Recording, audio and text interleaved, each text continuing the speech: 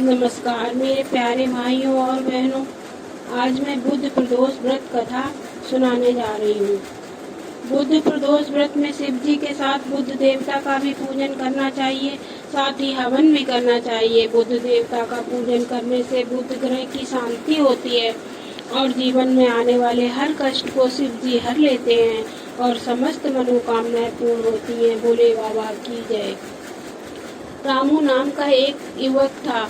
वह अपनी ससुराल गया और वहाँ पर कुछ दिन सुख पूर्वक रहा। फिर उसने अपने ससुर से कहा, आज हम अपनी पत्नी के साथ जाएंगे, अतः आप विदा कर दीजिए। यह सुनकर उसका ससुर बोला, आज बुधवार का दिन है, आज जाना उचित नहीं है, कल चले जाना।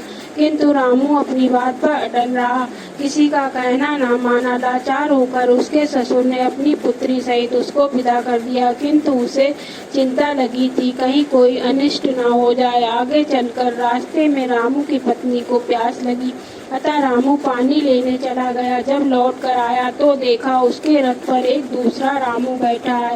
रामू ने उससे पूछा कि तुम कौन हो, तो उसने भी पूछा कि तुम कौन हो।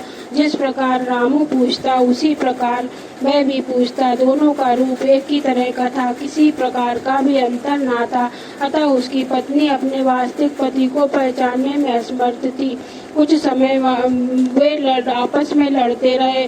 थोड़ी देर बाद उधर से राजा के सिपाही जा रहे थे। वे रामू को पकड़ कर ले गए और दूसरा रामू दरबार से अदृश्य हो गया। तब रामू बहुत ही विलाप करता हुआ बोला कि ये सब बुद्ध देवता का कोप है। थोड़ी देर में आकाशवाणी हुई कि रामू ने किसी का कहना ना मानकर बुद्ध की यात्रा की, अतः इसी से ये दुख प्राप्त हुआ है। यदि वह अपनी ससुराल पत्नी सहित वापस लौट जाए तो बुद्ध देवता का पूजन करके यात्रा करे तो किसी प्रकार का अनिष्ट न होगा।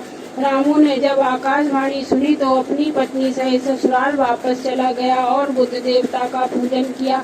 फिर यात्रा की कुशल पूर्वक अपने घर आ गया। रामू और उसकी पत्नी बुद्ध के व्रत के प्रभाव से इस लोक के अनेक सुखों को भोग कर पुत्रों आदि से युक्त होकर बुद्ध के दिन की यात्रा वर्जित है।